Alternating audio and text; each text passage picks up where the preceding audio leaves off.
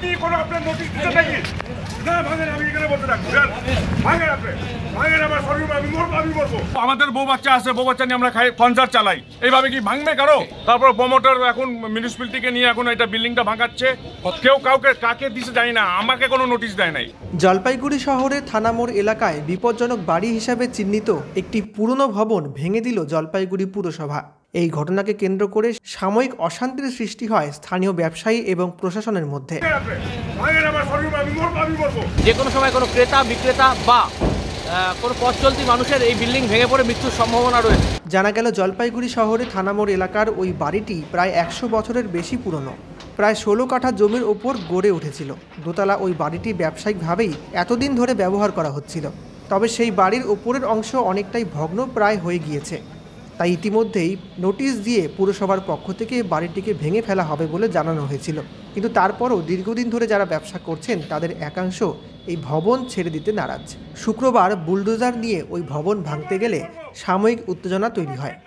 প্রশাসন জানিয়েছে যে কোনো মুহূর্তে বড়সড় দুর্ঘটনা ঘটে যেতে পারত, সেই আশঙ্কাতেই পদক্ষেপ করা হয়েছে। শুক্রবার সকালে ওই এলাকা ঘিরে ফেলে পুলিশ। এক্সিকিউটিভ ম্যাজিস্ট্রেট, পুরসভার ভাইস চেয়ারম্যান সৈকত চ্যাটার্জি সহ অন্যান্য আধিকারিকেরাও উপস্থিত ছিলেন। দোকান মালিকদের সরে যেতে বলা হয়। কিছু ব্যবসায়ী তাদের কিছু জিনিসপত্র বার করে নিয়ে যান।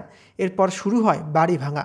এদিকে বাড়ি ভাঙার ঘটনায় ব্যবসায়ীরা যথেষ্ট ক্ষুব্ধ। অনেকেই সব জিনিসপত্র বারও করতে পারেননি। এরপর কোথায় তারা যাবেন, কোথায় দোকান করবেন সেই নিয়েও ব্যবসায়ীরা দুশ্চিন্তায়। আমরা অনেক বছর থেকে আছি এখানে। কত বছর? এটা আমার তো কমসে কম 1970-এ আমাদের দাদারা ছিল। এটা পৌরসভা বলছে নোটিশ দিয়েছে, কোনো নোটিশ দেয় না আমাদেরকে।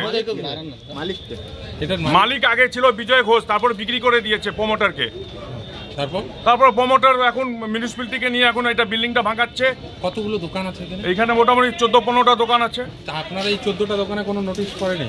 এখন কি করলো এরা? এসে ভেঙে দিল? হ্যাঁ।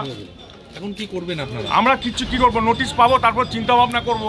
আমার এই ভবনটা ভাঙার এত দ্রুত সিদ্ধান্তের পেছনে কারণটা কি?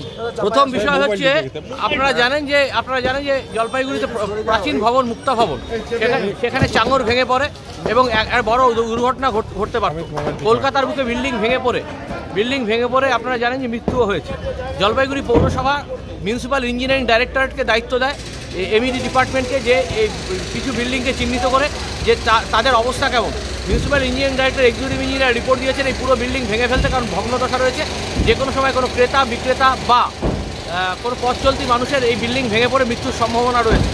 তার পরিপ্রেক্ষিতে জলপাইগুড়ি পৌরসভা বোর্ড অফ কাউন্সিলর্সের মিটিংয়ে রেজলিউশন নেয় বিল্ডিং ভেঙে ফেলার। আমরা মালিক, যে 3 জন মালিক ছিলেন তাদের নোটিশ করি। তারা লিখিত আকারে জানিয়েছেন যে তারা এরা ভেঙে ফেলতে ইচ্ছুক। তারা প্রথমে নিজেরাই ভেঙে ফেলবেন বলেছিলেন, কিন্তু ভেঙে ফেলতে গড়িমসি করছিলেন। বেশ কয়েক মাস অপেক্ষা করার পর জলপাইগুড়ি পৌরসভা পুনরায় মিটিংয়ে সিদ্ধান্ত নেয় এটা ভেঙে ফেলার, এবং তারপর জলপাইগুড়ি মিউনিসিপ্যাল ইঞ্জিনিয়ারদের রিপোর্ট এবং executive engineer municipal engineering director রিপোর্টের ভিত্তিতে আজকে জলপাইগুড়ি পৌরসভার তরফ থেকে সমস্ত ইঞ্জিনিয়ারদের নিয়ে, পুলিশ প্রশাসনকে নিয়ে, এলাকার কাউন্সিলর, চেয়ারম্যান কাউন্সিল সন্দীপ মাহাতোকে সাথে নিয়ে জলপাইগুড়ি পৌরসভার তরফ থেকে এই বিল্ডিং ভাঙার কাজ শুরু হয়েছে। মানে 100 বছরের প্রাচীন ভবন, 100 বছরের উপর প্রাচীন ভবন এবং একদম ভগ্নদশা।